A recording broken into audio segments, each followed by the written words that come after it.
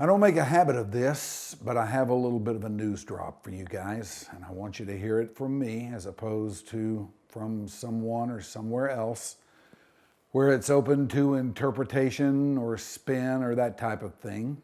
Here you're getting it straight up from me. We're on vacation right now. Happens every year at this time. January rolls around, we go back, we attack the new broadcast year. That will be the case this year as well, with one difference. And that difference is I won't be there.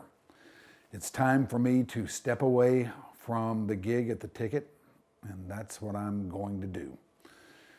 Whose idea was this? It was mine. Nobody else down there knows. I don't want a big deal made out of it, so I've kind of sat on it, but I decided sometime down the road, back down the road, that the time was right, and that's what I'm going to do. Why? Well, that's a little bit tougher. Over the years, people have come up and said, how much longer are you going to do this? And I never knew what to tell them. I told them as long as I wanted to. The end is not in sight. And I talked to some other guys who had stepped away from gigs similar to this, which meant about as much to them as this does to me, which is like everything. And they said that when the time was right for them to step away, they knew it, and they did it. And they said that's the way it'll be for you too. I didn't understand that, I didn't believe it, but now I see that they knew what they were talking about. The time is right, and that's what I'm going to do. It has been my life for 26 years, probably far more than it should have been. I loved everything about the radio station. I loved the work of the job. I loved being on the air. I loved hanging with the guys, being on the air with the guys, doing the big events with the guys, the road trips with the guys. All those things that we've done have been the most meaningful experience that I've ever had, and I will miss it terribly, no doubt. So what will I do? I don't know. Maybe something, maybe nothing. We'll see.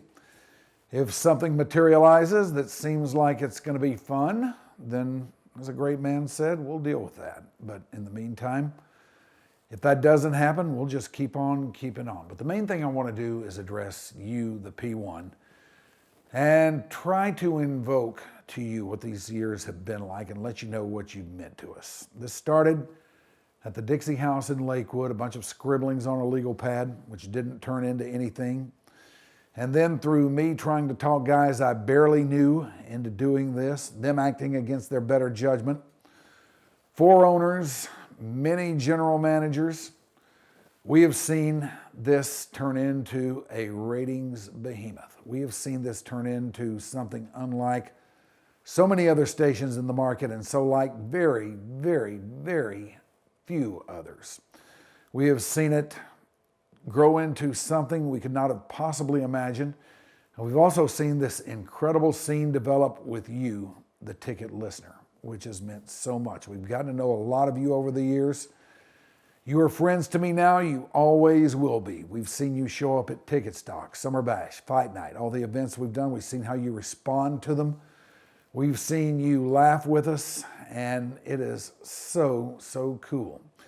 You've let us know that we've done something here that has mattered to you, that has made a difference in your life. You tell us about how we have brought you back together with your dad, your son, your mother, whoever, a friend, whoever the case may be. When you fought hard times and fought losing battles, listening to us made it a little bit better.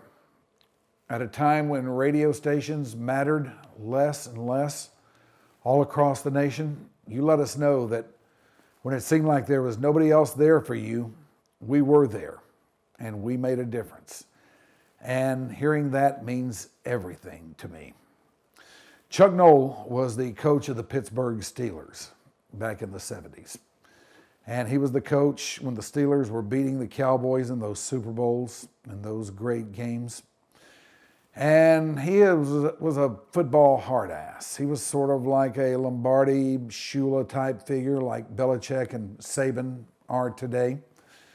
And sometimes he would riff on things other than football when he would address his team, and he would always tell them, football's just a temporary thing. Sooner or later, you guys are going to have to find your life's work. And I don't know if that really sunk into him or not, but it kind of became a thing up there in Pittsburgh. And when he had to cut a guy, when a guy got too old or too slow or whatever the case may have been and couldn't help him anymore, he'd call him in and say, look, I appreciate everything you've done for us, but it's time for you to find your life's work. I don't have to go find my life's work. This has been it, and I am damn proud of it. And I thank you, the ticket listener, more than I can tell you. I thank all my brothers up there who are there now for being so great over the years, on the air and off. I thank all the people who have been there before and have made such a difference and helped turn the thing into what it is now, helped us through those developmental years who are no longer there. Thanks so much to them. Most of all, thanks to you, because without you, it just doesn't happen. So, until we meet again, you guys stay hard, keep jamming, and we'll see you.